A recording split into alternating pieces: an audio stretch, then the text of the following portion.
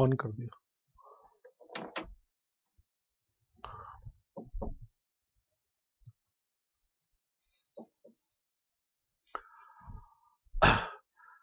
Good afternoon, everybody. So let's start with the new topic.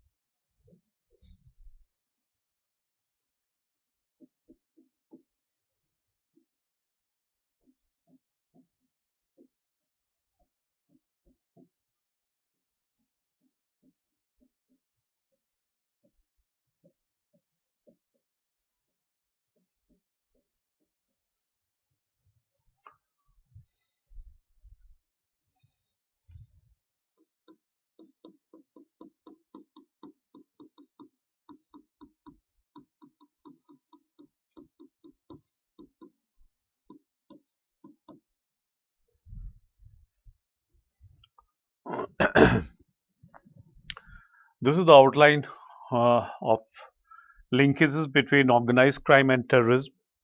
We'll start with the definition, that definition of organized crime and terrorism, types of organized crime and terrorism, structures of organized crime and terrorism, difference between organized crime and terrorism.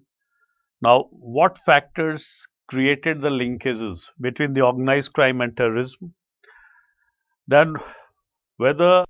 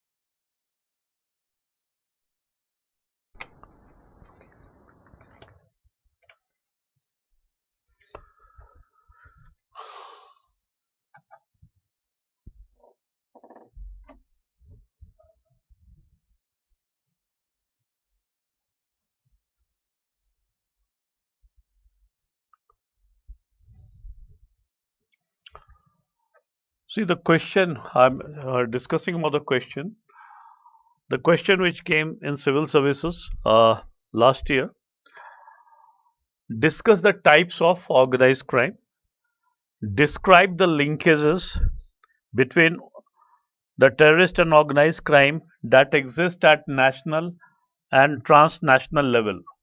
So you can say it's straight from the structure itself, the question is there. So three questions are straight from my notes. So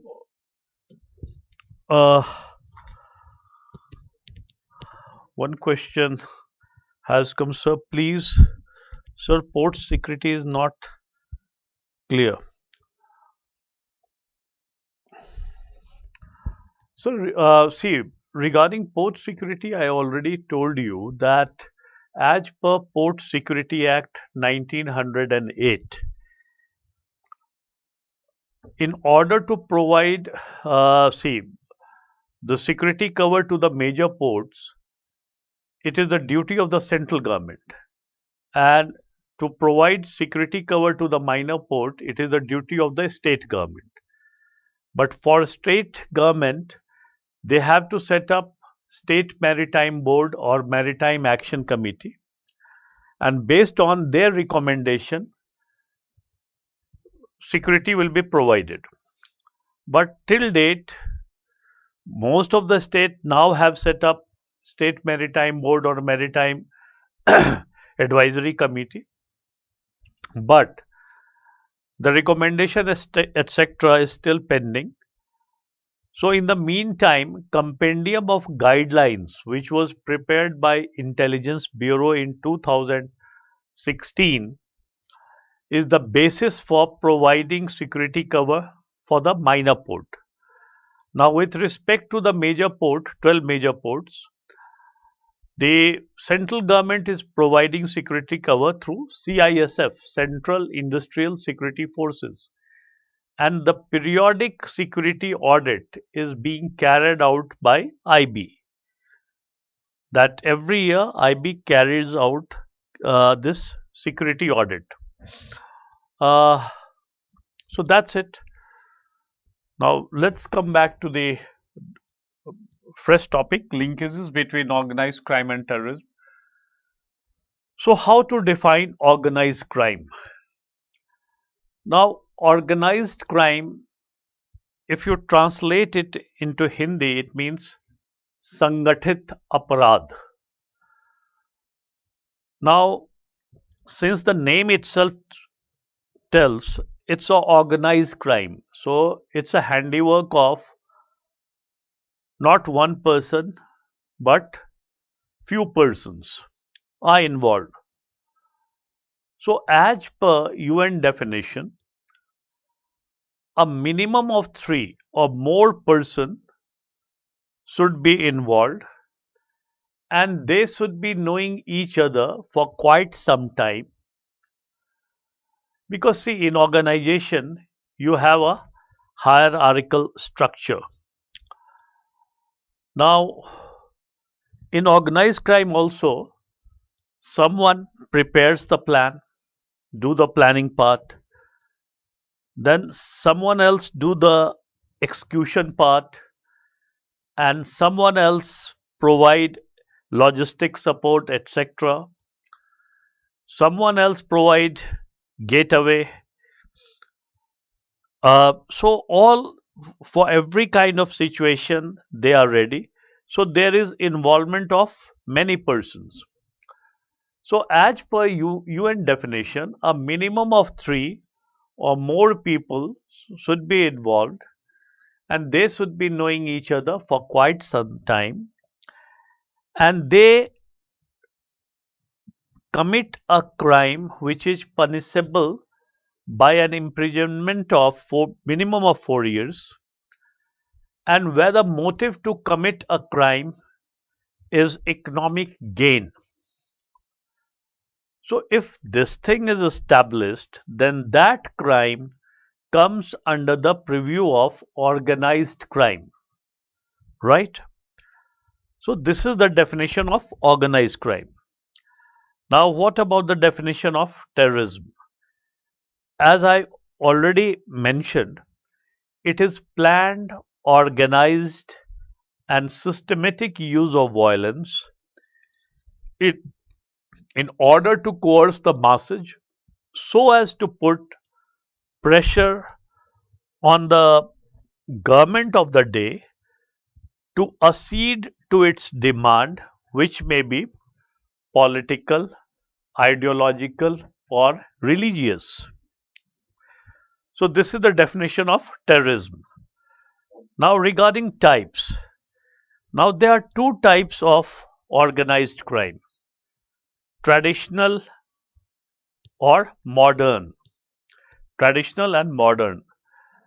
Now, traditional, you can say, is also known as national, and modern is also known as transnational.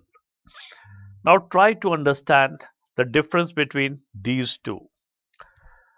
The traditional or national organized crime is committed within the boundaries of a sovereign nation. For example, any mafia activity, be it sand mafia, land mafia, liquor mafia, any any mafia activity, gambling, prostitution, robbery, dacoity, etc. So all these types of crime which is committed within the boundaries of a sovereign nation comes under traditional or national organized crime. But those crime which transcends the nation's boundary or goes beyond the boundary is known as modern or transnational organized crime. Now, some of the crimes which transcends the border of a nation, it goes beyond the boundary of a nation, and that kind of crime comes under the purview of modern or transnational organized crime. For example, uh, money laundering, hawala transaction, circulation of fake currency notes, uh, human trafficking, drug smuggling, cyber crime. So all these kind of crimes will come under modern or transnational organized crime? So, the definition and types. Now, regarding terrorism, again there are two types, traditional and modern. To keep it simple, we are keeping it to two types. Now, the traditional terrorism, it is based on the support of the oppressed masses. For example, you can say Al Qaeda. So, it is based on the support of the oppressed masses, and its structure is top to bottom, that is military model, that is hierarchical structure, that you know who is leading, who is second in line, who is third in line. For example, in Al Qaeda, when Osama bin Laden was assassinated, second in command Al Zawahiri took control. When he was assassinated in Afghanistan, the third in command took the control.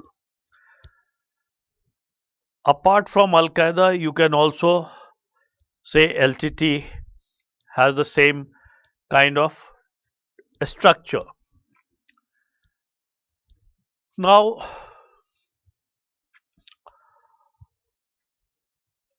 regarding organized crime structure, traditional organized crime,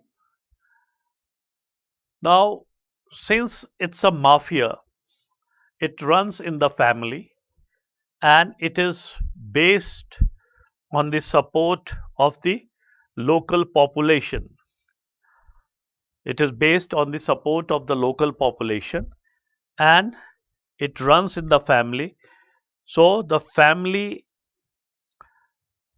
who runs the business, if he or she is eliminated, the second in family takes over the control. It has been beautifully depicted in the picture Godfather. Then modern organized crime or transnational organized crime structure. Now, since it goes beyond the border, it is transnational. So the number of entrepreneurs who are in various countries, that determines the structure. Now suppose the crime network goes beyond the border of India into say 11 or 12 countries. So maximum support, the maximum number of entrepreneurs who will be supporting a particular head, so he will be the head of the organized criminal gang. Now, regarding this modern terrorism structure, its support base now no longer is the oppressed masses, but number of sympathizers who are in various parts of the world. For example, recently there has been a spurt in lone wolf attack. Now the sympathizers who are located in various parts, they influenced by this particular ideology carries out that attack to support their cause. And who is leading the organization, modern terrorist organization? It is the ideologically committed operative. For example, when ISIS chief al-Baghdadi was assassinated, nobody knew, not even the intelligence agencies, who will be leading this organization now. So after few months, after trailing it, they came to know that the person who is leading ISIS is located in Syria, and he too was assassinated, and now somebody else is leading that organization. So the ideologically committed operative takes over the charge. No clear-cut hierarchical structure in modern terrorism, right? So, definition, types, and structure. Now, if we talk about the difference between organized crime and terrorism, now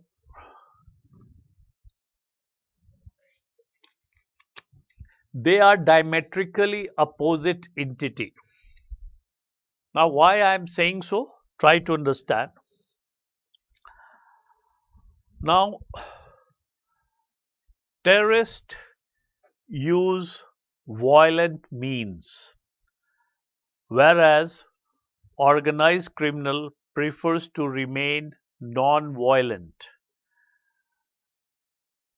So, they are completely opposite. Terrorists want to change the status quo, whereas organized criminal want to coexist with the existing system or to create a parallel government, because the change regime may not be favorable for them. So that's why they want to coexist with the existing system. So here also they are completely opposite, because the one wants to change the status quo, they want to coexist with the existing system. One is violent, the other is non-violent.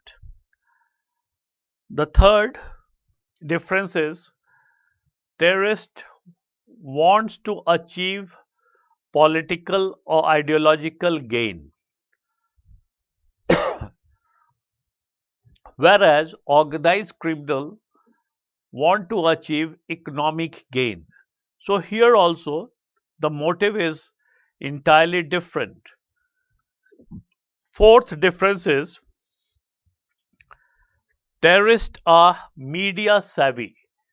They always want to remain in the limelight, because the more they will be in the limelight, the more pressure will be on the government to accede to its demand.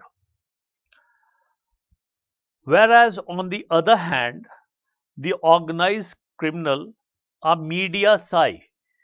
They never want to be in the limelight, because once they will be in the limelight, the law enforcement agency will be after them. So now when these two entities are diametrically opposite entity, both in their method, motive, operation, etc., then how it is possible to have linkages between these two entities? Now, when we talk about linkages, it's not a parasitic linkages we are talking about. In parasitic linkages, only one is benefited by the other. The other party is not benefited at all. For example, uh, you have lice in hair and it drinks the blood, but the humans are not benefited by that lice. So that is parasitic relation or linkages. So we are not talking about that. We are talking about symbiotic relationship where both parties get benefited. So in that sense, what factor created that kind of situation that led to symbiotic linkages between the organized criminal and terrorist? Or in other words, what circumstances compelled them to come together to shake hands with each other. So here we will be talking about the factors that made that linkages possible.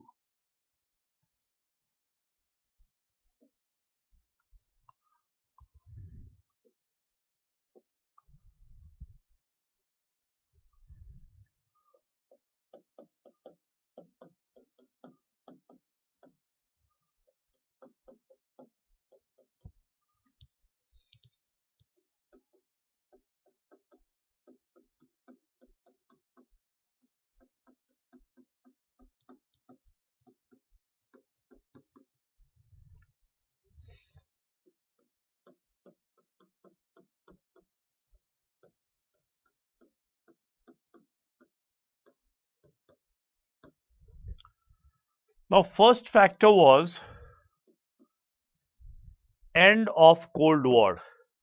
Now let's try to understand how end of Cold War led to a conducive kind of environment for such linkages to take place. See, why Cold War started. Now Cold War, basically it was a war between the two superpowers to increase their area of influence, that they wanted to bring in more and more country under their area of influence. So they resorted to every possible means in order to achieve their objective. Apart from financing, apart from giving money, etc., they also resorted to arm twisting tactics through the use of some non-state actors. So both the powers were funding the terrorists, providing arms and ammunition to them to further their goal. Now, since there was a state funding and the state was providing them with arms and ammunition, etc., so these terrorists were flourishing. Now, when the Cold War ended, it was thought that it is no longer, it is not feasible or desirable to keep funding the terrorist organization. So they immediately stopped the funding. Now it was like cutting off oxygen supply of the patient who is admitted in ICU. So same was the situation of the terrorist, because now the funding stopped, so it was hard for them to survive. Now the question was, from where that much money will come from in order to sustain the organization. So that amount of money can only come from organized criminal gangs. Nobody else can provide them with such huge amount of money. But now the question arises, why the organized criminal will give money to the terrorist? Because nothing comes for free in this world.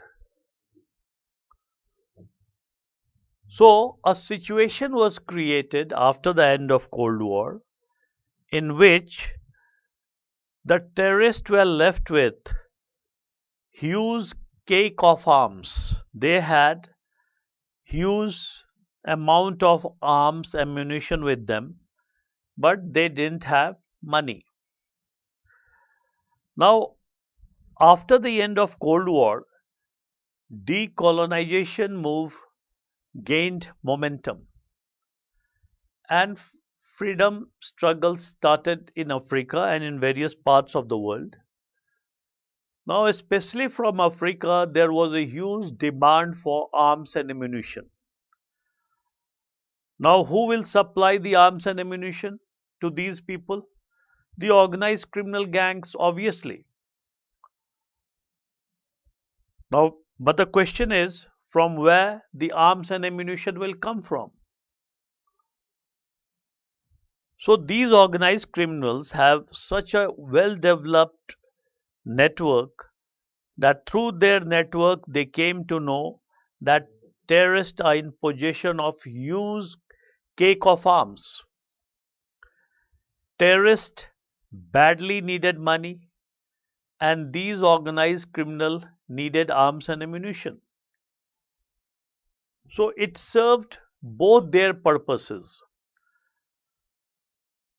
Organized criminal gave them money and in return terrorists gave them arms and ammunition.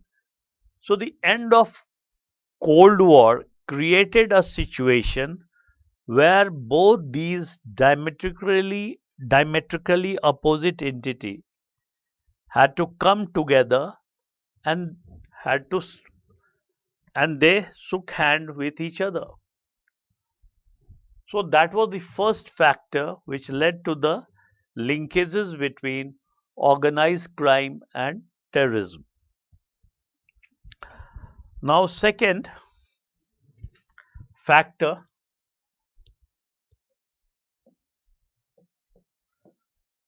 is globalization.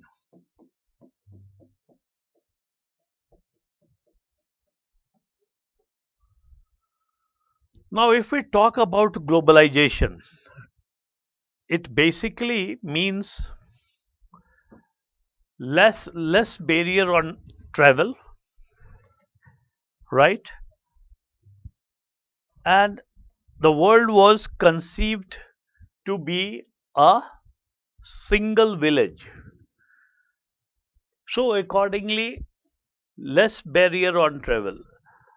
And as these organized criminal has well developed network in various parts of the world. So this was the situation. Now I am giving you one simple example how globalization helped both these entities to come together. Now the organized criminal gangs basically they indulge in what? They indulge in human trafficking, drugs trafficking, etc. Now, terrorists needed money, and these organized criminal needed client and courier. So the terrorists were used as a courier and as well as a client, both.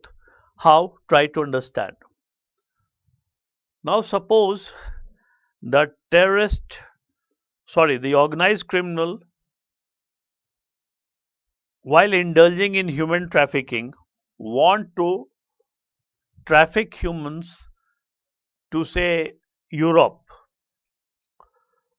So through Pakistan, Afghanistan, Central Asia route, now these are the area which are dominated by terrorists and they have their area of influence. Now in order to let the consignment pass through, the organized criminal paid money to them. So they acted as a courier, picking up consignment from one place and leaving the consignment to a desired location from where the next one will pick up the consignment and then take it to the desired location again, and ultimately it will reach Europe where its final destination was. Now for human trafficking, the organized criminal charge hefty amounts of money, and from that amount of money it paid some amount of money to the terrorist because they acted like a courier. Now, when terrorists had money, then through organized criminal, they purchase armed and ammunition. So that was the first. Secondly, if terrorist has to carry out any terrorist act in any parts of the world, then they will take the help of the organized criminal. And organized criminal motive is economic gain. So for money, they will do anything. For economic gain, they will do anything. So terrorists paid money to the organized criminals, and organized criminals provided them with the logistic support in the desired country to carry out the terrorist act. So globalization definitely helped both of them to come together and form linkages.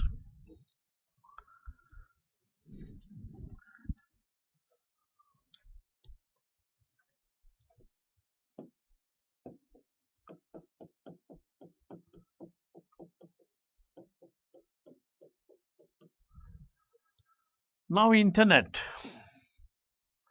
Now regarding internet, hopefully you remember I told you about the surface web, deep web and dark web.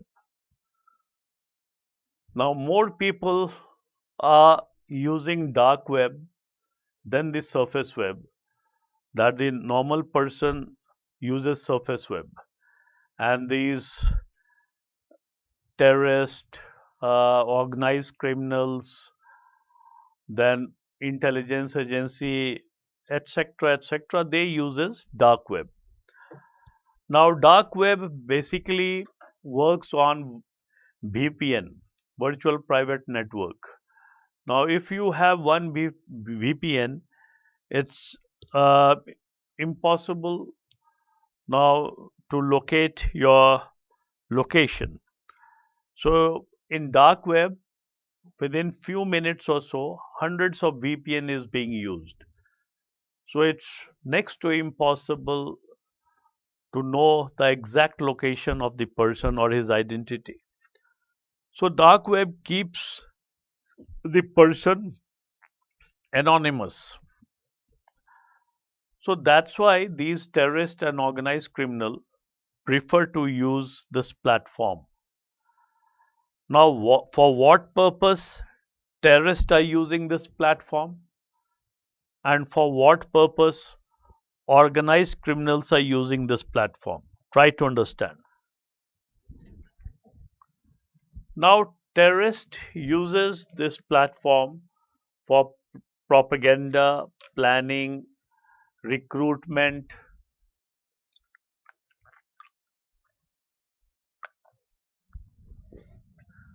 logistic support, etc. On the other hand, organized criminal uses this platform for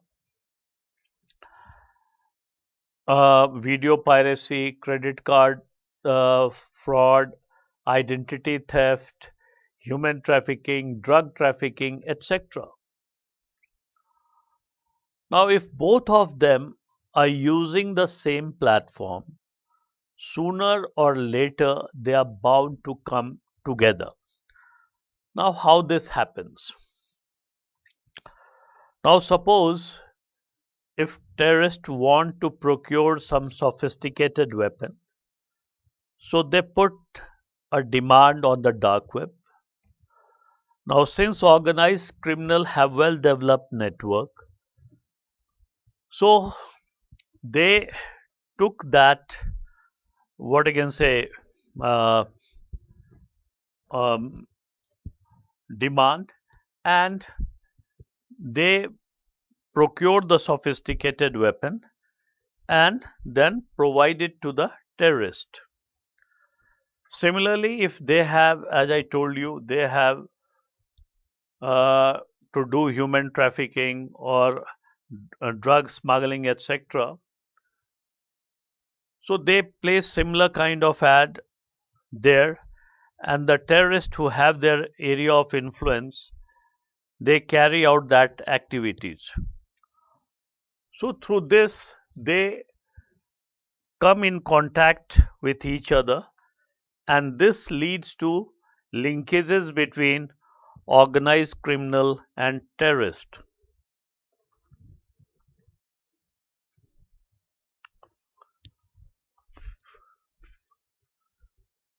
Now, fourth is,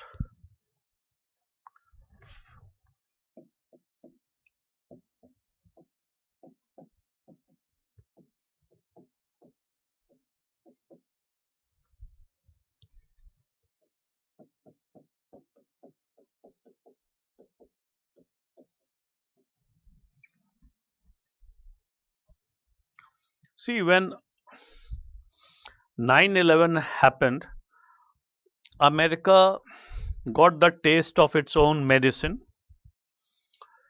The people who have been trained carried out this terrorist act in America. Then America realized its mistake and decided to go out for all-out war against the terrorists. So it instructed all its allies country to immediately stop terrorist funding.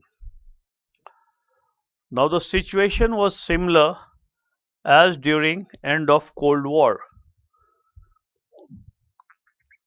Terrorists badly needed money, and that amount of money can only come from organized criminals. So organized criminal, why will the organized criminal provide them with the money? So again, because they have access to sophisticated arms, ammunition, bombs, missiles, etc. So both of them traded with each other, and it led to linkages between organized crime and terrorist. Now I will give you one or two examples here. Now, due to linkages between organized criminal and terrorist, some of the terrorist organization fully converted into organized criminal gang, and similarly the organized criminal gangs, by adopting terrorist ideology, became a terrorist organization. Two famous examples will be the FARC,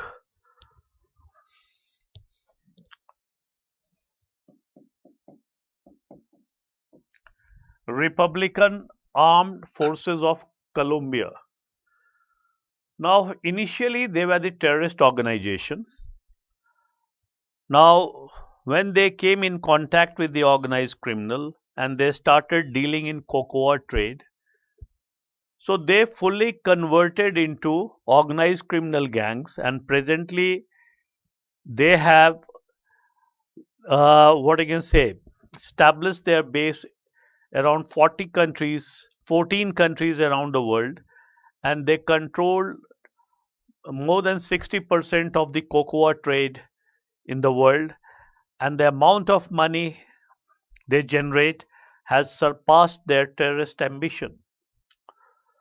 The second famous example is ISIS, Islamic State of Iraq and Syria. Now, regarding this, initially they were petty criminal gangs, organized criminal gangs, indulging in thefts from the museum, selling artifacts, etc. online and earning money. But later they adopted the Islamic ideology and converted into full-fledged terrorist organization, ISIS, and became a dreaded terrorist organization around the world. So these are the two famous examples. Now the fifth factor is prison.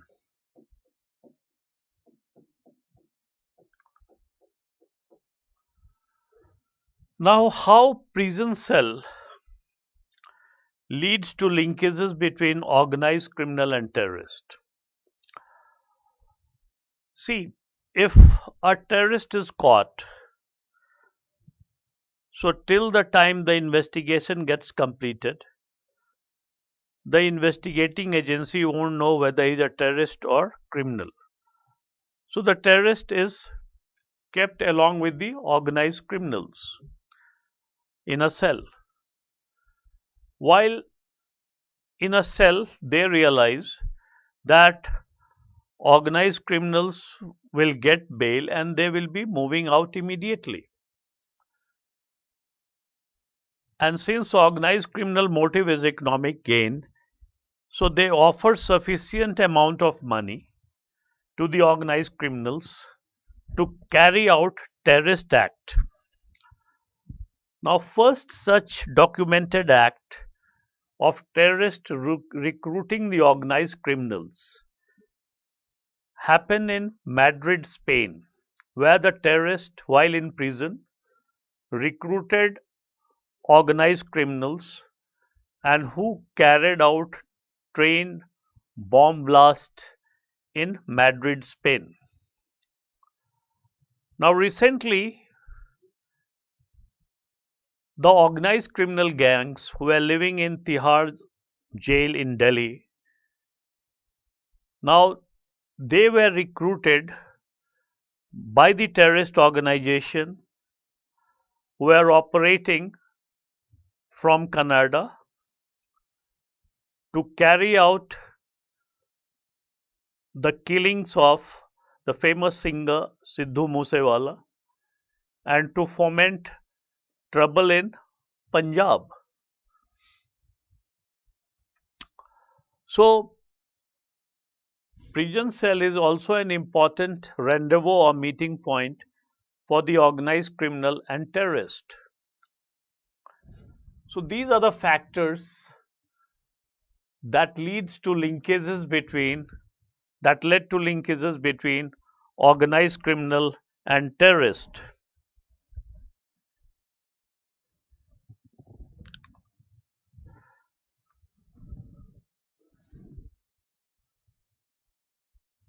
Now, do we have linkages in India?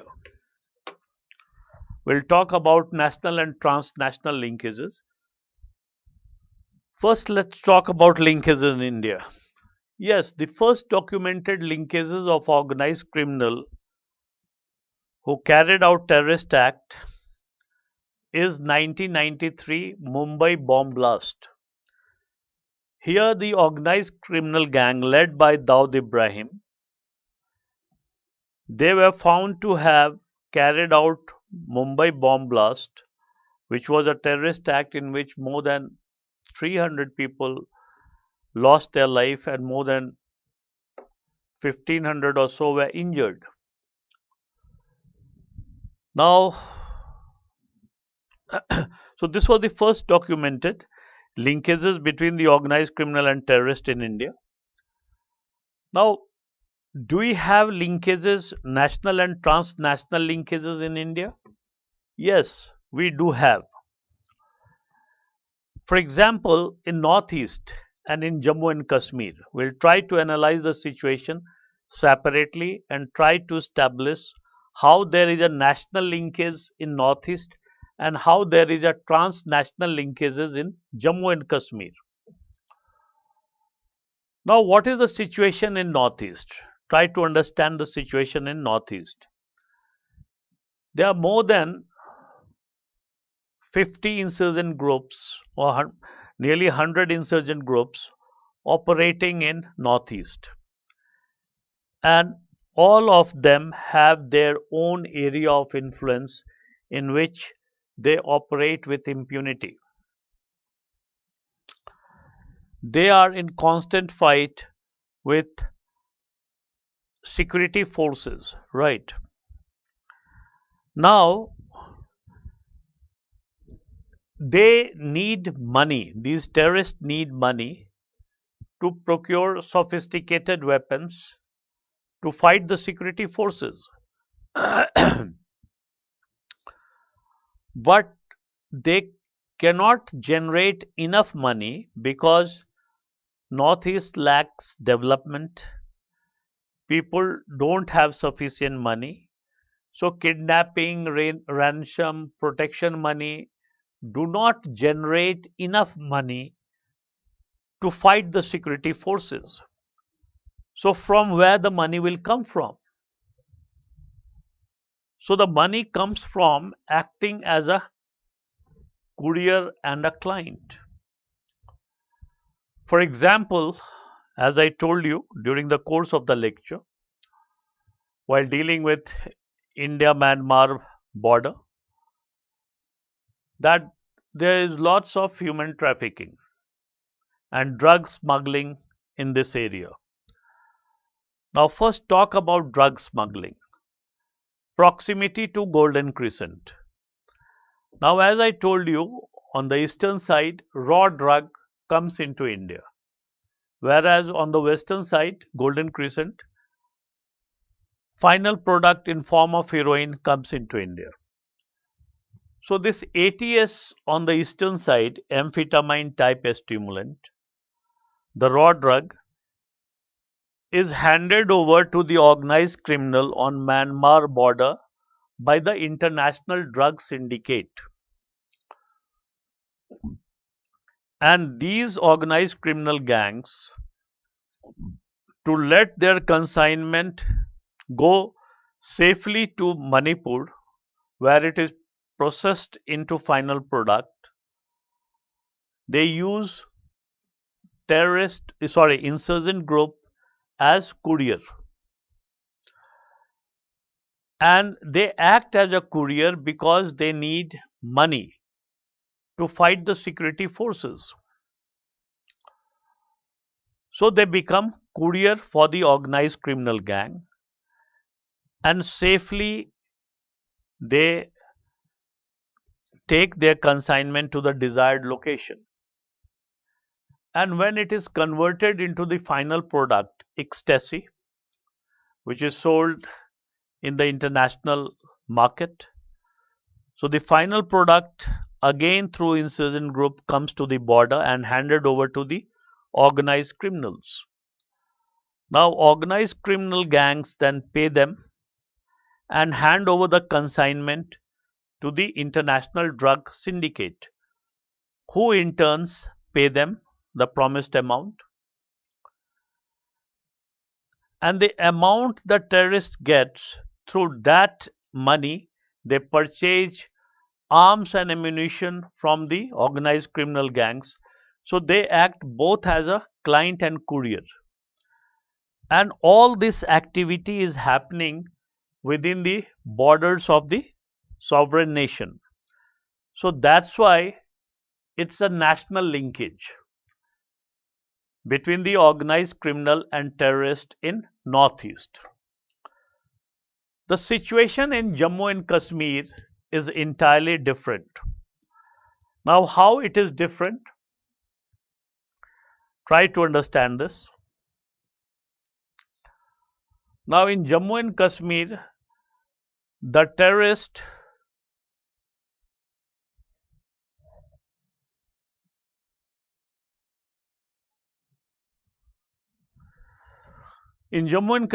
terrorists don't have access to money either through kidnapping, ransom, or protection money. So the money comes from the outside, beyond the border. And how it comes? Now, in Pakistan, there is an organization called Markaz al-Dawa al-Arsad, who collects money in the Middle East and Gulf countries in the name of freedom fight in Kashmir and support Lashkar-e-Toiba and Jaish-e-Mohammed. Now the money collected is then sent into the valley through hawala or through various other channels like money laundering, etc.,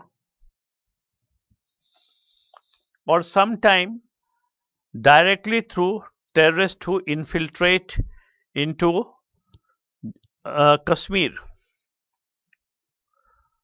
So that's why it's a transnational linkage, because the money is not generated inside the border of the country, but the money comes from outside. So we have linkages in India. In Northeast, we have national linkages, while in the Jammu and Kashmir, we have transnational linkages. I hope it's clear. Now, what is black hole and black hole syndrome? Now, before proceeding, let's take two questions which has come.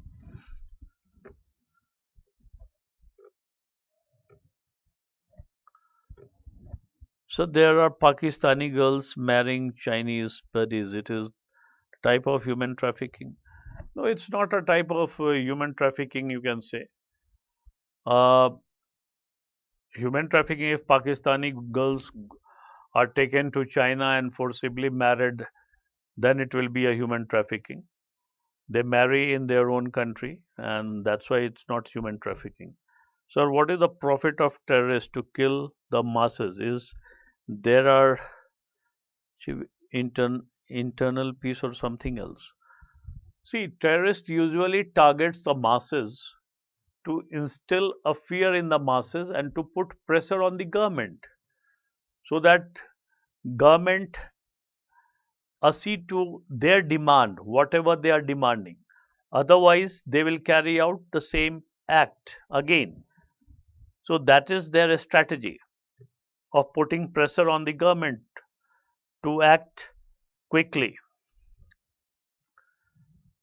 Okay, so let's move on. Now, what is black hole and black hole syndrome? Now, black hole, see, we are not teaching physics.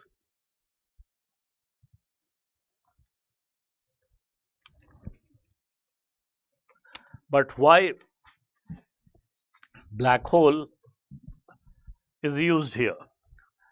So, black hole is something in which whatever goes in never comes out. So that here it means that the territory which is under the control of organized criminal and terrorist never returns back to normalcy. So proliferation of lawless enclave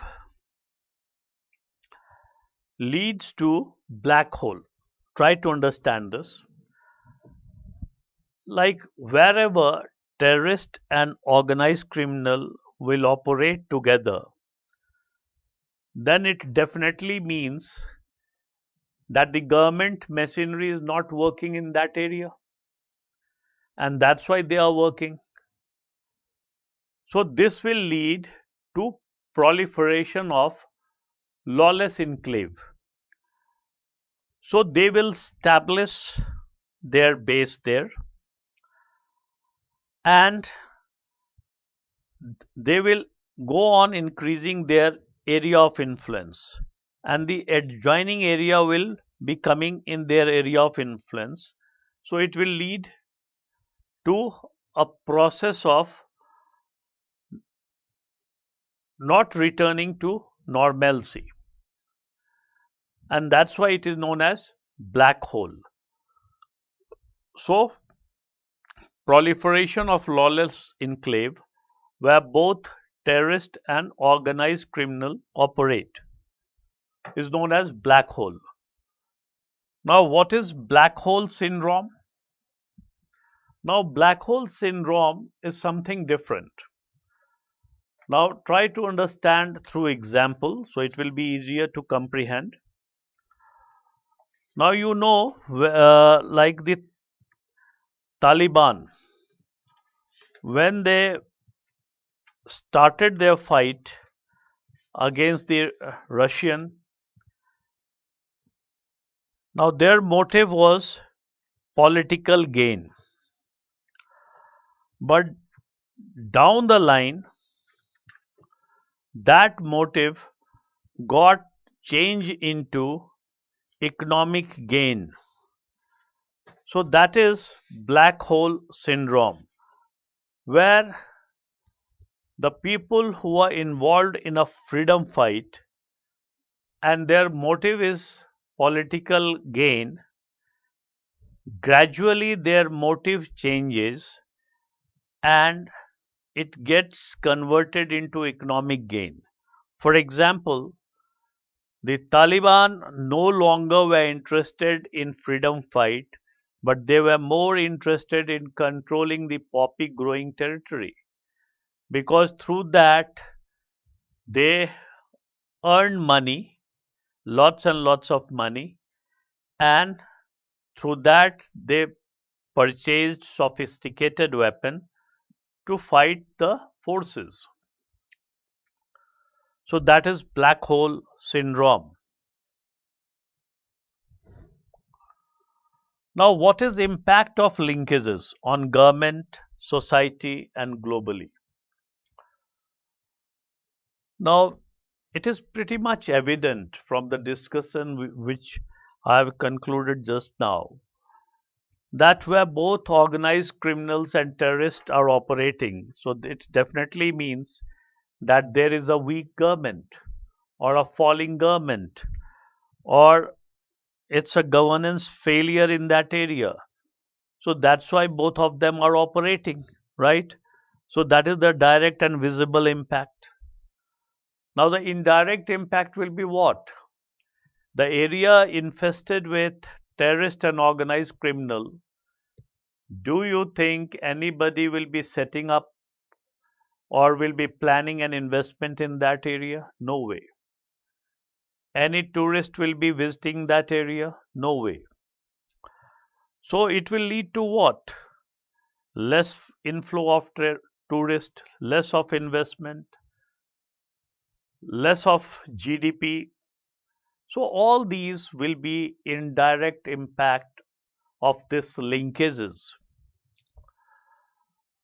Now there will be also a gradual shift in power from the government to the terrorist and organized criminal gang, because they will go on increasing their area of influence.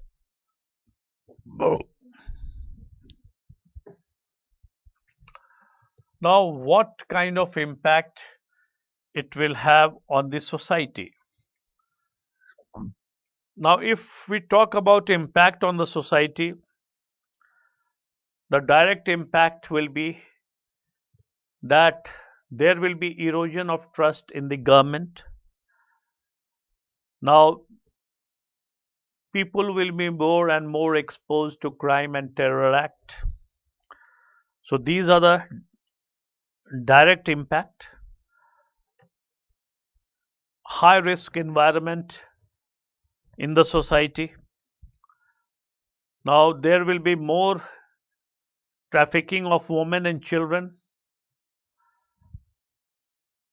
Now the indirect impact will be health issues, drug addiction. So these will be the indirect impact. Now higher cost of living, because probably people will have to give protection money, etc. Rise in criminal groups. More and more groups will crop up in order to survive. So these are the impact on society. Now how it will impact globally? What kind of impact it will have globally? Now it has been proven that the war that is being financed by drug money usually last 5 times longer. So it will be a protracted war. The state will become weak. Hardly anybody will be trading with it. Now, what is happening in Afghanistan? Do anybody trade with Afghanistan? No. Do anybody is doing investment there? No. Any tourist activity? No. So these are the impacts. Secondly, lower global GDP because one of the country won't be contributing.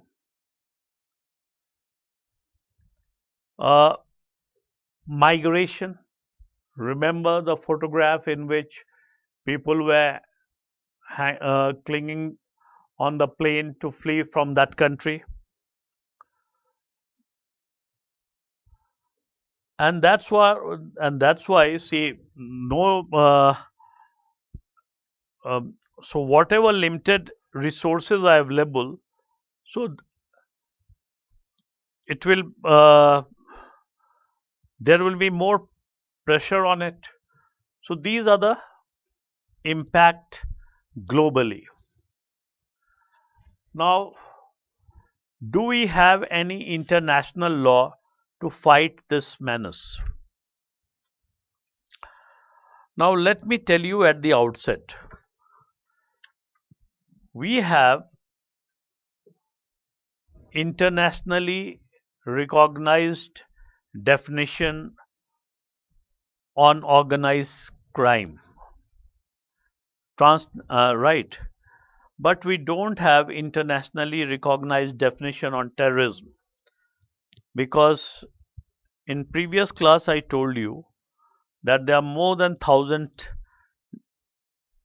definition on terrorism, and it depends upon the perception of the country. Now, if for one country what is a terrorist act may be a freedom fight for another country. For example, India and Pakistan.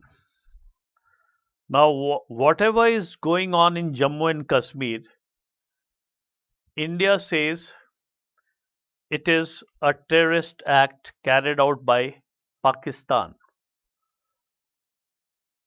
Now, the Pakistan, on the other hand, says it is supporting the cause of the common masses, and they are simply supporting by providing them moral support and economic support to fight for their own cause.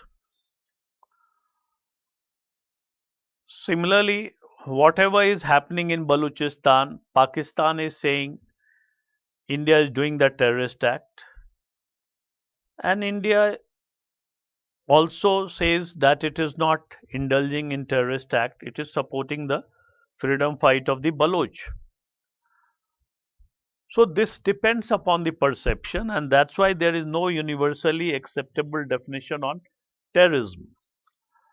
So in the absence of any universally acceptable definition on terrorism, so there is no international law to deal with terrorism.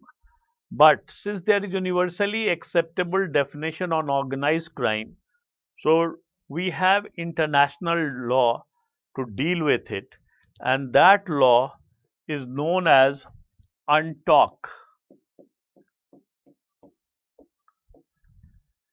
United Nations Convention on Transnational Organized Crime. United Nations Convention on Transnational Organized Crime, and it has 3 supplementary protocols, and these protocols are: first, protocol to prevent, suppress and punish, protocol to prevent, suppress, and punish trafficking in person, especially women and children. Second, protocol against the smuggling of migrant by land, sea, and air. By land, sea, and air. And third, protocol against illicit manufacturing,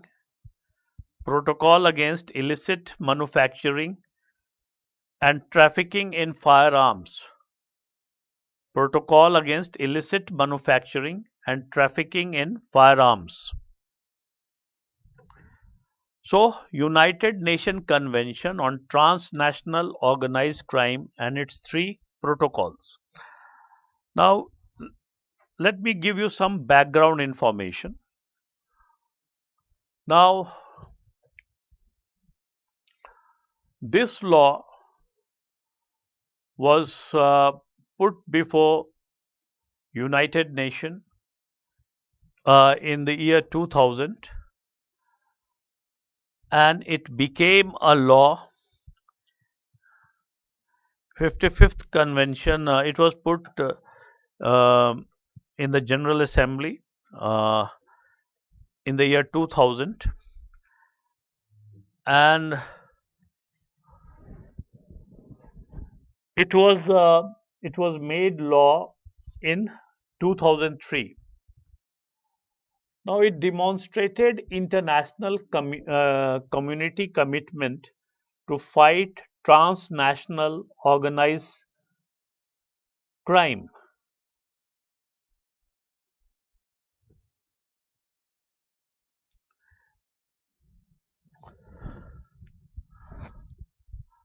Now, how this particular system work?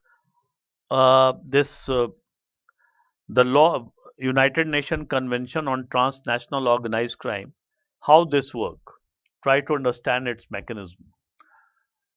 Now, all the signatory members, including India, they are bound by this law to prevent this transnational organized criminal activity. Now, see, previously, organized criminals, as I told you, were media shy. They never wanted to be in the limelight because they very well knew that law will catch up with them. But these transnational organized criminals now have no fear of law, because they now very well know that if one country's law enforcement agency will be after them, they will easily go to some other country. So they no longer possess loyalty to any one country. So what is happening now? They are offering their services to the highest bidder. Whosoever is offering them more money, they are working for them, because their motive is economic gain. Now, after UNTOC, when this became a law, now the signatory members are bound by this law, in which there is an extradition treaty. Now, if organized criminal is caught in any one country, then the country will send that criminal back to the mother country, and there they have to undergo trial, serve the punishment, and then they will go trial in that country. Second thing is that these transnational organized crimes are sophisticated crimes. They need adequate knowledge, the country needs adequate knowledge of technology, etc., so that they could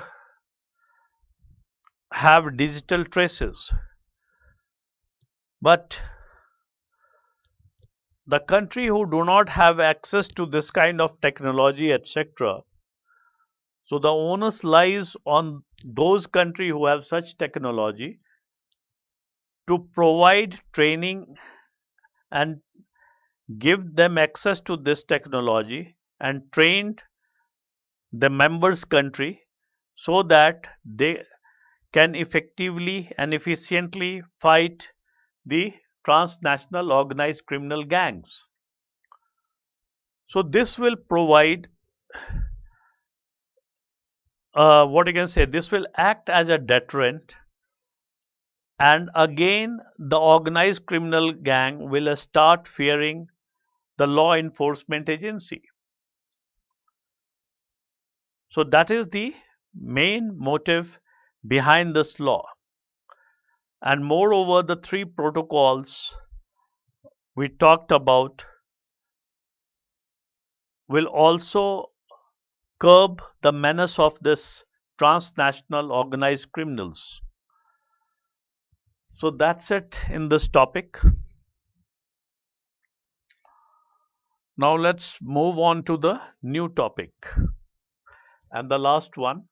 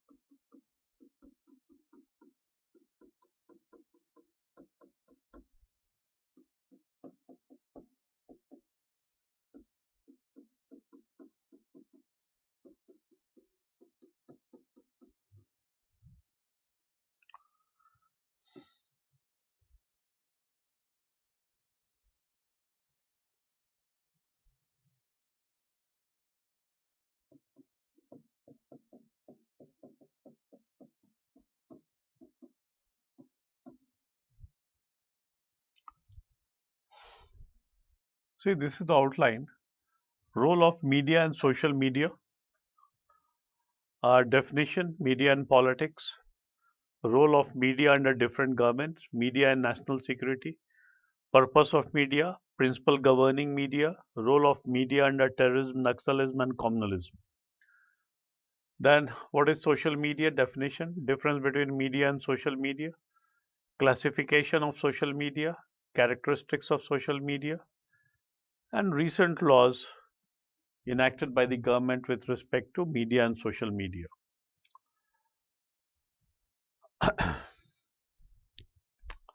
So before starting, let me check the question. Uh, One question: why India investment in Afghanistan is still now?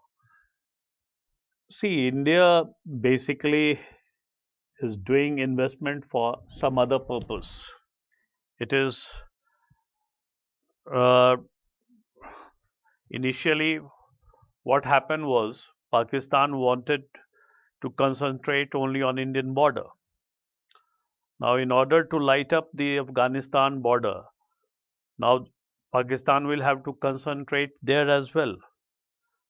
So again, it will be indulging on two fronts, as India is engaged at two fronts as well as internal fronts. So India is engaged on two and a half fronts, you can say China, Pakistan, and internal.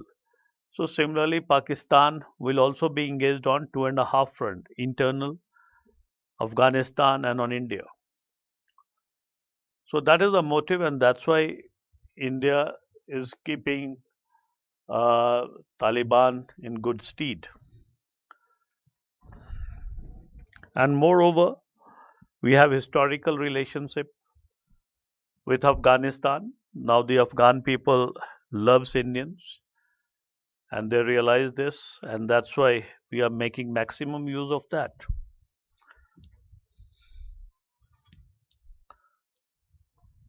So, what is Maharashtra Organized Crime Control Act? Is it preventive? Makoka, yes. Similarly, so NSA is a bigger, larger picture of that, and it is also a special law. So you are correct in this regard. Maharashtra Organized Crime Control Act, Makoka. It is known as Makoka. Not a preventive detention, actually. It is a special act to deal with organized criminal, because in Maharashtra, in order to eliminate these organized criminal gangs, this law came into being and it was effective. It gave us special powers to the police to fight the organized criminal gangs. Now, this is the last topic, media and social media.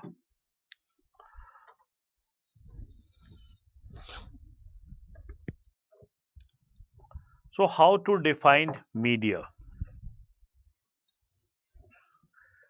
Now, if you go by the definition,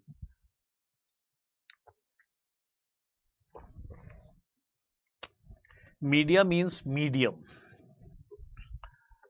Now, a medium through which news, views, data, etc. can be disseminated, and which is meant for larger audience. So that is known as media. So media basically is a medium through which what you can say, which carries views, information, data, etc. And it is, whenever we say media, it is meant for larger audience. See, when we talk of media, it is the most powerful tool of communication. And why I'm saying so? Because it influences the people, reaches the people, it gives you information or news, say about uh, regional, national, and global level. So it is uh, in that sense, it is the most powerful tool of communication. Now, one of the most important thing about this media is, probably you might have noticed, that it has the power to influence the perception of the people. At the same time, without any responsibility, because media is self-regulated. So just imagine that you can influence the perception without any responsibility. So how powerful that medium may be. So that's why uh, media has to act very cautiously. Now it is media is such a powerful tool that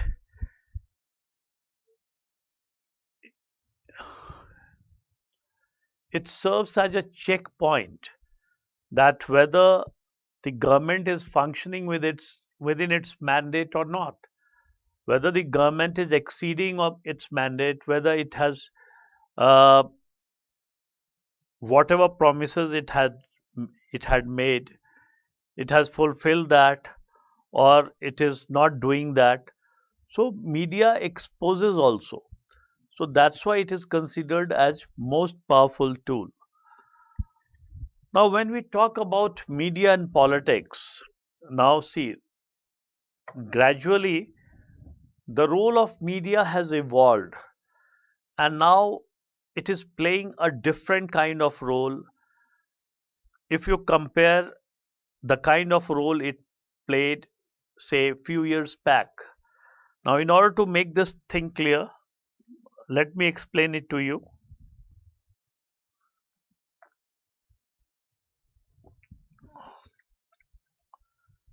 Previously, what was happening? Previously, people had access only to print media. There was no broadcast media, and this print media came 24 after every 24 hours. It was one way communication, right? Now, whatever was written in the paper, people used to consume that information, and through consuming that information, they made perception about the government, that whether or not to vote the same government into power or not. So media provided information, or it was a source of communication between the people and the state, and between the state itself. Now, down the line, with the advent of electronic media, broadcast media, the role of media has changed completely. Now, 24/7, media bombards information to the people. Now, it is creating perception around the people and the politician. Previously, it was a simple affair. Politicians used to campaign, they used to fight election, win election if they fulfill the promise, and if media supported them, then they could easily come back into the power. But with the advent of broadcast media, every time they are under scrutiny. So media is taking advantage of this particular power of influencing the perception of the people. So instead of influencing the perception, it is creating perception around the people. And based on that perception, the politician formulates policies and program, and they win the election. For example, I will give you two prominent examples. Mr. Arvind Kejriwal and Mr. Modi. Now, Mr. Arvind Kejriwal basically was the product of Anna Hazare movement. Before that, nobody knew about Mr. Arvind Kejriwal. Now, what happened was, during Anna Hazare movement, the media started creating perception around Mr. Arvind Kejriwal that probably he is the panacea of all the problems the people of Delhi have been facing. And so I'm talking about the first term. So based on that perception, people also started believing in that and overwhelmingly voted Arvind Kejriwal into the power. Now next time in next election, he won because of his own merit. Similarly, Mr. Modi, when uh, he fought the election of Prime Minister for the first time, before that he was Chief Minister of Gujarat. Suddenly, media started talking about Gujarat model, and the people started believing that whole of India will be vibrant like Gujarat. And that's why they voted him to power. Again, I'm talking about the first time, not the second term election. The second term election, definitely he won because of his good works and winning the confidence of the masses. So, this is the kind of power the media has, that it has the power to influence the perception of the people without any responsibility, and it can make anybody superstar because of that power. So now what is the role of media under different government? Now if we talk about role of media, so under authoritarian system, what kind of role you see of media?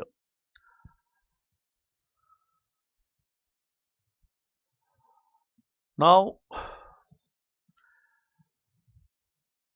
a very good example will be Global Times of China. Now China is authoritarian government, and the media in the authoritarian government is owned by the government. So it has to be pro government. It has to support the policies and programs of the government. So that is the role of media in under authoritarian system. In libertarian system, example will be India. Anybody whosoever has money owns the media. So obviously the big corporate houses, business houses owns the media. Now here the motive of media is what? Profit making. And how they make the profit? By TRP. The maximum the TRP they have, maximum advertisement they will get, and maximum revenue and profit they will generate. Simple formula. So how to have maximum TRP? By unearthing some scam or through breaking news.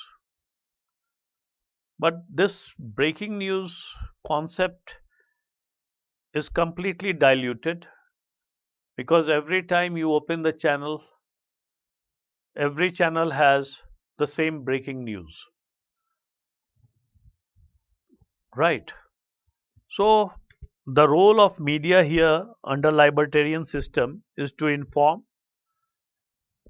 to discover the truth, and to see whether the government is functioning within its own mandate or it is exceeding its mandate. So that is the role of media under libertarian system. Now if we talk about social responsibility system, now it is more of a, what you can say, utopian concept. In theory it may exist, practically it doesn't exist. Now what is social responsibility system? Now under social responsibility system, media is owned by anybody who has to say something. Now what kind of role media plays under social responsibility system? Under social responsibility system, media entertain, provides news,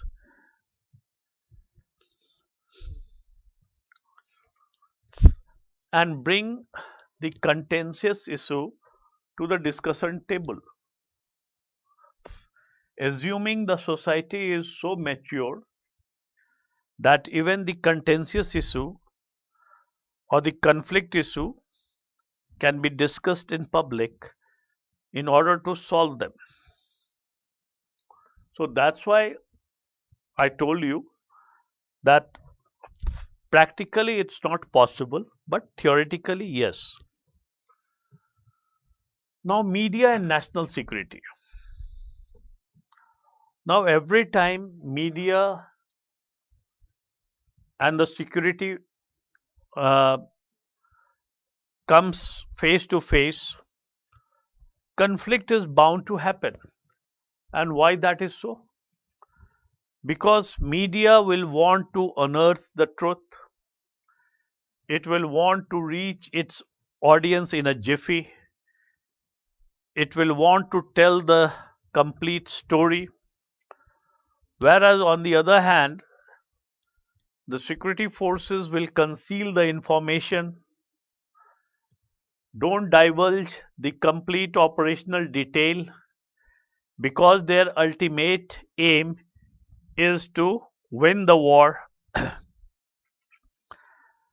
and by providing them with the information they don't want to lose.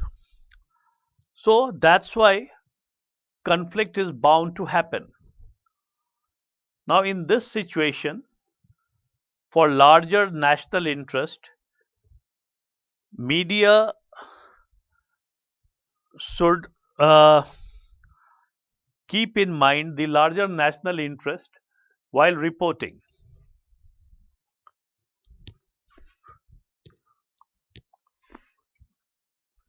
Now what is the purpose of media?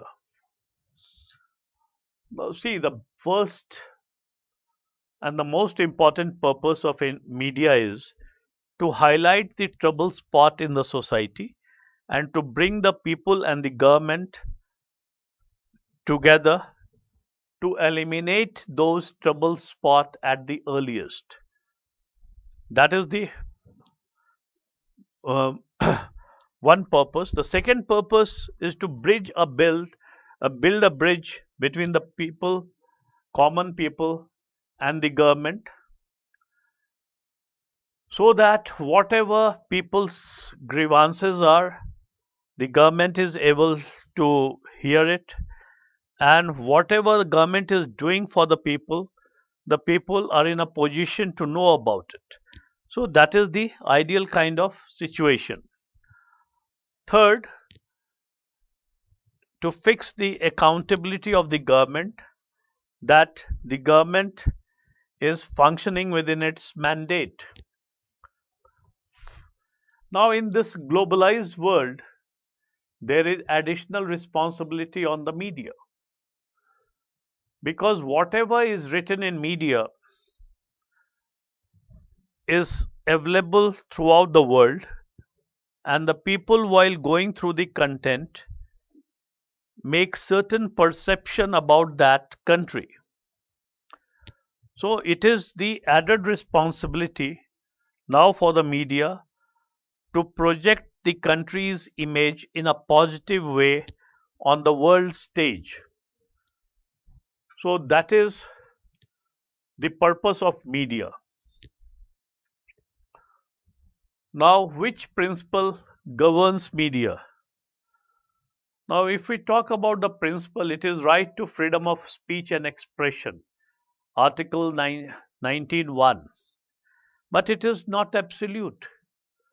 It has to be read always with Article 19(2), subject to reasonable restriction.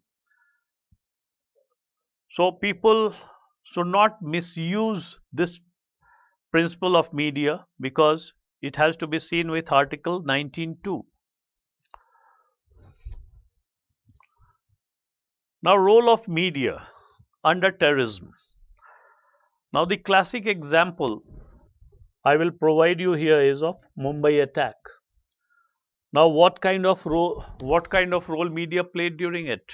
A negative role, because media was providing a live feed, and the handler of the terrorist, they were also seeing the live feed and guiding the terrorist as to what to do, and this prolonged the war. Now, instead, what media could have done, they could have delayed the feed for around 15 minutes or half an hour, and probably the advantage will be then with our security forces, not with the handlers. So this is the negative role. Now, in terrorism, positive role was also played by media in the same Mumbai attack, because when NSG arrived and through sophisticated weapon, it came to know that handlers were using the live feed to guide the terrorist. So they fed wrong information in media, and media played it, and the handlers passed on that information to the terrorist, and terrorists were caught in trap, and that's how 4 terrorists were eliminated in one go. So this is the positive role which was being played by media. So media can play both positive and negative role under terrorism. Now, under Naxalism, a positive role media can definitely play, because media has access to them. Now, they can teach them, or they can communicate to them in their own language what all the government is doing for them, and whatever their demand is, they can put forward before the government, and they can open the line of communication between the people and the government. Secondly, they can also showcase the movies in their own language, so that they come to learn that how their forefathers contributed in freedom struggle of India, and then they will realize that their forefathers gave their lives for the freedom of this country, and they are fighting against the security forces. Then the media can also, through various nukkad nataks, etc., can also make them aware of the present situation. So this is a positive role which can be played by media. Now, the negative role, similarly, media can also play by providing platform to the Naxal sympathizer, who will often talk about human right violation, anti-government policies, programs, etc., and they will try to, through their propaganda machinery, try to propagate the false message. Now, under communalism, again, both the positive and negative roles, because suppose there is a fight between two communities, and if media starts debating about that, it will then flare up the sentiments of the community, and it will lead to aggravation of situation. Instead, what media should be doing is that it should be bringing the leaders of both the community and appeal to the community to maintain calm and peace. So this is a positive role, while the other one was negative role. Secondly, if media shows live feed, then it will again instigate the community member, and it will lead to further worsening of the situation. Now, it should refrain from carrying out those statements which is provocative, and it shouldn't carry those kind of statements in print media or even in broadcast media. It should refrain from doing that. So both positive and negative role media can play under communalism. Now, regarding social media, now what is social media? Now, social media, you can say it's a web-based service that, or you can say it is an internet-based application which allows the user, uh, allows the creation and exchange of user-generated content.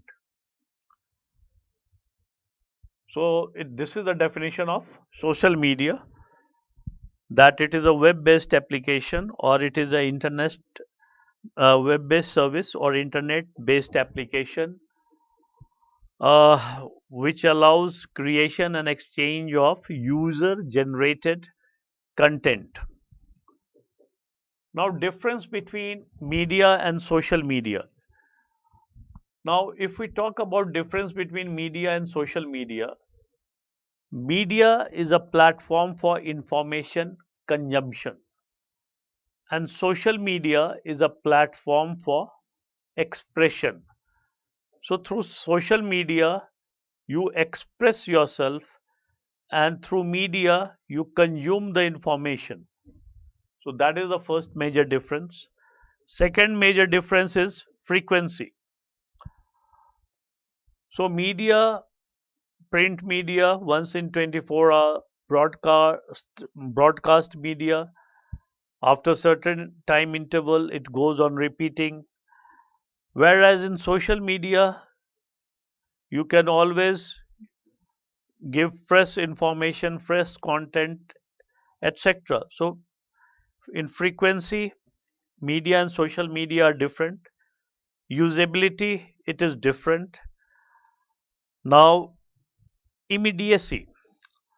Now, the media reaches you after certain time interval. Social media reaches you immediately. Now, reach. Media has limited reach, whereas social media has unlimited reach. If it becomes viral, it will go anywhere in the world.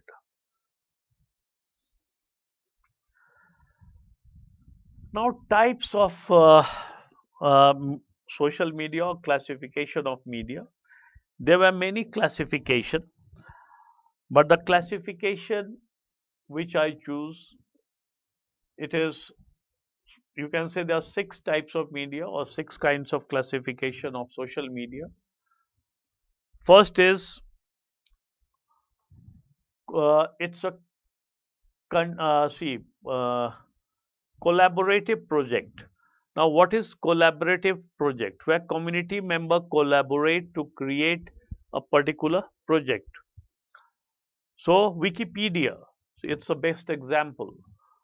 So, collaborative project first. Second is blog and microblog. So in this you can put Twitter, Koo, etc. Then content community.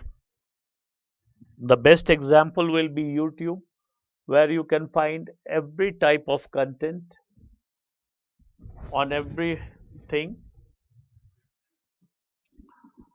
Then you have social networking sites, Facebook, etc. Then we have virtual gaming world, and you have virtual social world.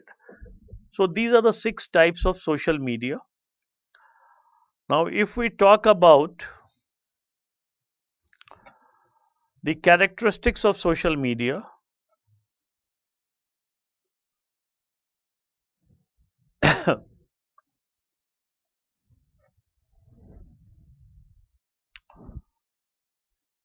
see, the first and foremost characteristics which you will appreciate is that you are your own content creator, writer, director, actor, everything. So that is one.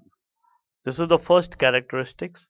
The second characteristics of social media is that if you write any content on social media, it has the potential to generate conversation, and you have the option of jumping into the conversation and jumping out of the conversation anytime you feel like. So that is the second characteristics. Third is you can maintain your existing relationship through social media, and at the same time you can build a new relationship, right? Now you can remain in touch with your friends, etc., through SMS, email, texting, etc. Now the last one is that social media also is an important platform. It has become an important platform for information sharing. Now, how social media pose a threat to our internal security? Try to understand this. Now, first and foremost, you must know that it's very difficult to control social media.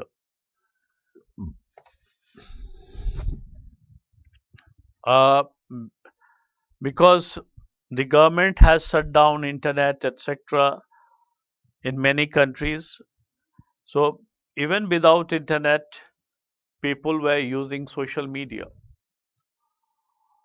So the best way is to teach the netizen to use social media responsibly. Now I will give you 2-3 examples which probably will help you to understand why government brought a law to control social media. Now, not recently, a few years back, few months back, two important events I will put before you. Now, in one event, there was large scale exodus of northeastern people from every part of India. Now, why that happened? Because a photograph was circulated on social media in which it was shown that the northeast community is killing a particular community. Now, when the people of northeast started receiving this message, they feared retaliation, and they started coming back to northeast from every part. Suddenly, large number of northeast people were seen on railway station, bus station, etc., at airports. So the local intelligence unit informed senior about it, and the senior on investigation found that this was the region.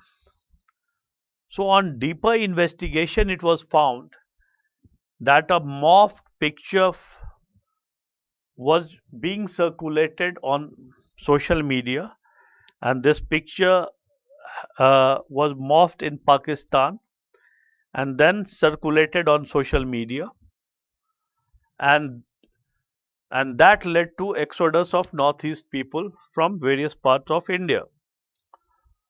The second incident was the Muzaffarnagar riot. Now again, the immediate reason for Muzaffarnagar riot was that a picture of lynching was circulated on social media, and the description was that a member of a particular community was lynching the member of other community. This immediately instigated the community members and led to communal riots in Muzaffarnagar. On investigation, again it was found that this picture of lynching was from Pakistan. Again it was morphed and it was circulated in India. So these kind of incident, and recently the advent of toolkit scan,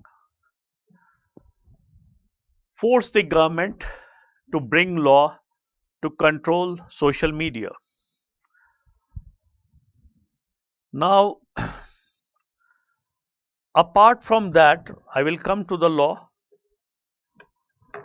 Now, how social media pose danger to internal security? Apart from these, creating tension among the communities, it can also facilitate cyber terrorism.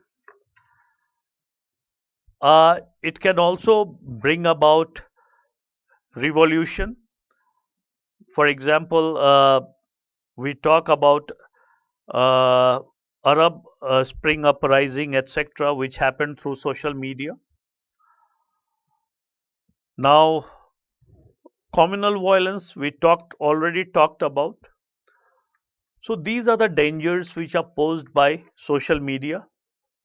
With the advent of fake news, anything, anytime can happen. Now, social media can be used as a hacking tool also. So these are the dangers uh, which has of a social media. Now, if we talk about how to monitor social media, so for that there are various surveillance project operational, and they are e-surveillance project, which is known as National Net Grid, CMS, Central Monitoring System. Then you have Internet Spy System Network. Then you have National Cyber Coordination Center, etc. So these are the systems which are operating in India to keep an eye on social media. Now, the challenges which social media poses in monitoring pertains to that server is mostly located in other parts of the world, and it has encrypted message. So this poses a problem, but still security agencies have come up with an antidote to do that. Now, social media, apart from this, uh, empowered the masses, and since the masses were empowered, they have also given voices to the common man. But the government, then why the government has decided to come up with the law? So as I told you, due to fake news, and recently you might have observed that the obnoxious content of women was being circulated on social media. Character assassination was being done on the social media. So, with these things, the government thought of bringing a law to control social media. So, for media and OTT platform, the government still uh, goes with self-regulation. But for social media, even for media and social media which is operating in India, the government has clearly told them that if they want to operate in India, they have to abide by the Indian constitution and follow the Indian law. And if the court object to a certain content, they have to take down that content. If the government agency object to any content, they have to take down that content. Right. Now, rules about digital media and OTT focuses more on in-house and self-regulation. Now, regarding even in social media, the government has distinguished between social media and significant social media intermediaries. Now, significant social media intermediaries are treated as a separate company like WhatsApp, Facebook, etc. And they have been told to divulge the first originator. That is from where the fake news originated. It is now their duty to divulge the detail of the first originator, because through this previously people were misusing this, because right to freedom of speech and expression is not absolute. It has to be seen with 19.2. And why they have to identify the fake originator? Because for the purpose of prevention, detection, investigation, persecution, punishment, and offense related to sovereignty and integrity of India, and how and even if it is hampering the friendly relation with India or not. So for these reasons, they have to divulge. Now the government has also directed these company to appoint three uh, people of Indian from India itself, and they will be known as Chief Compliance Officer, Nodal Officer, and Grievance Redressal Officer. Now, Chief Compliance Officer uh, role will be to see whether the company is complying with the rule or not, and the Nodal Officer role will be to see that whatever paper etc. are being demanded by the agency are being handed over to the agency or not, and the Grievance Redressal Officer would take care of all the functions together. So this is the new legislation which has come into effect from say May 2021.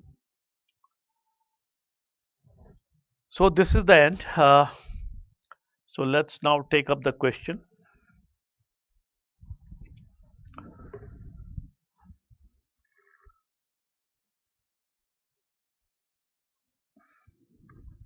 See, low intensity war or proxy war, you can say. It's a war which uh, probably in which the country loses less of money, and it is mostly being done by non-state actors who could easily be disowned, because uh, in direct war, now if I talk about Pakistan, Pakistan is not in a position to bear that cost. So it is indulging in proxy war or low intensity war, where the non-state actors are being sent to foment trouble, because the official policy of the ISI is to bleed India into 1,000 cuts. That is their official policy. So keeping in line, they are waging that war against India. Now, this narco terrorism is completely even less expensive than the low intensity war, because they hardly have to spend any money. They send a drug consignment, use the money of the people, and with the same money, they supply the weapon to kill the people. Sir,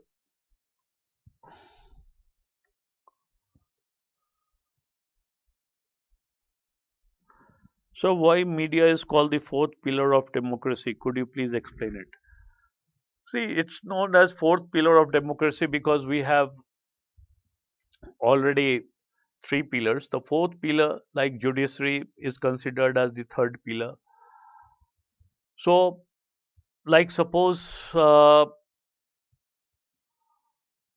in order to propagate the masses to the masses, media is the best medium.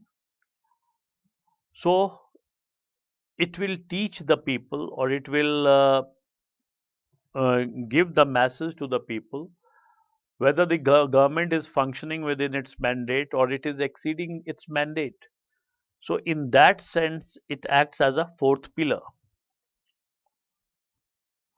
Sir, if there are so many sense of security in India, maybe in external as well as internal sector, not only physical ground but also in cyberspace, why India is vulnerable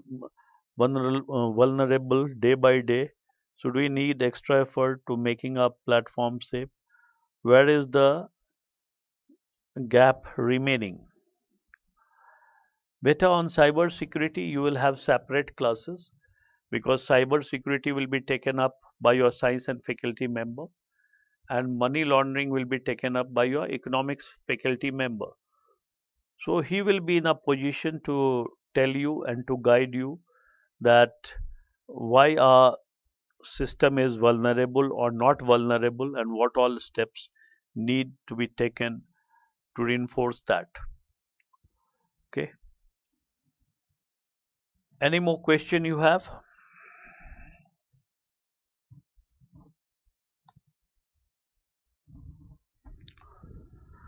Or should we conclude?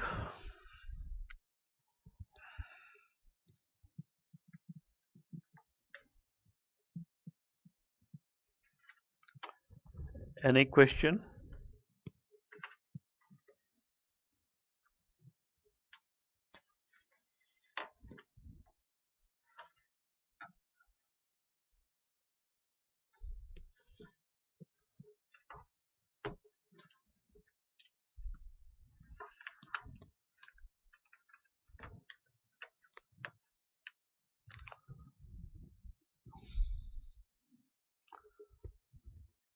Should I conclude?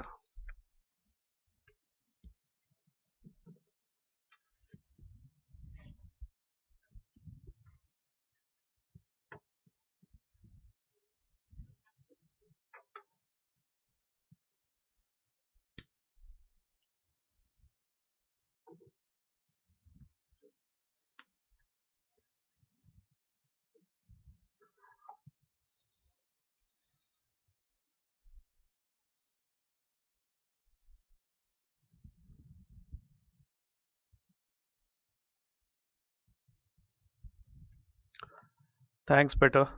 Thank you very much. In case you need my assistance, you can contact your mentor and definitely I will be there. Thank you very much.